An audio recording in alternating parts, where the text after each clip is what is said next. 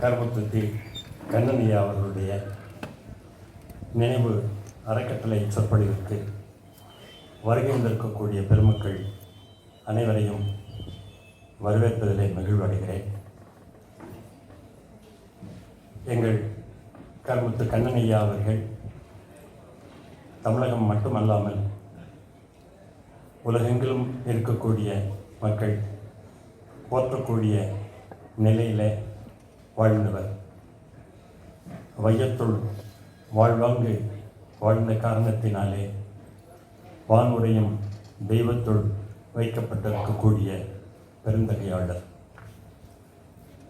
அன்னாருடைய நினைவை போற்றுகின்ற வகையில் 3 நாள் அறக்கட்டளை சொற்பொழிவுகளை நிகழ்த்த வேண்டும் என்று எங்கள் கல்லூரியினுடைய தலைவர் டாக்டர் உமாக்கண்ணன் அவர்களும் எங்கள் கல்லூரியினுடைய செயலர் திரு ஹரி தியாகராஜன் அவர்களும் விரும்பியதன் வண்ணம் இலங்கை ஜெயராஜ் அவர்கள் நேற்றும் அதன் முன்தினமும் திருக்குறள் 2 தலைப்புகள் கொண்டு சொற்பொழிவுகளை அவர்கள் நிகழ்த்தினார்கள்.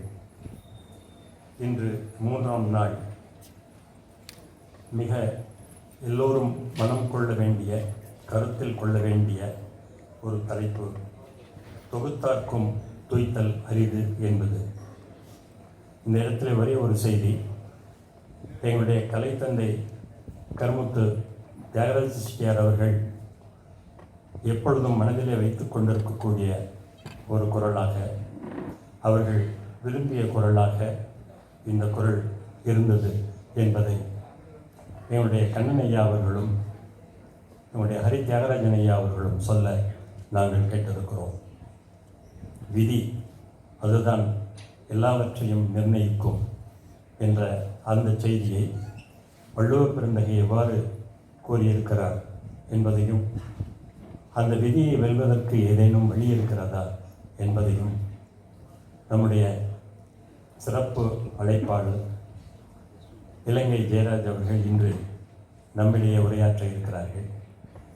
அதற்கு முன்னர் அவர்களுக்கு சிறப்பு செய்வதற்காக எங்களுடைய கல்லூரியின் செயலர் திரு ஹரி தியாகராஜன் ஐயா அவர்களை மிக அன்போடு அழைக்கிறேன்.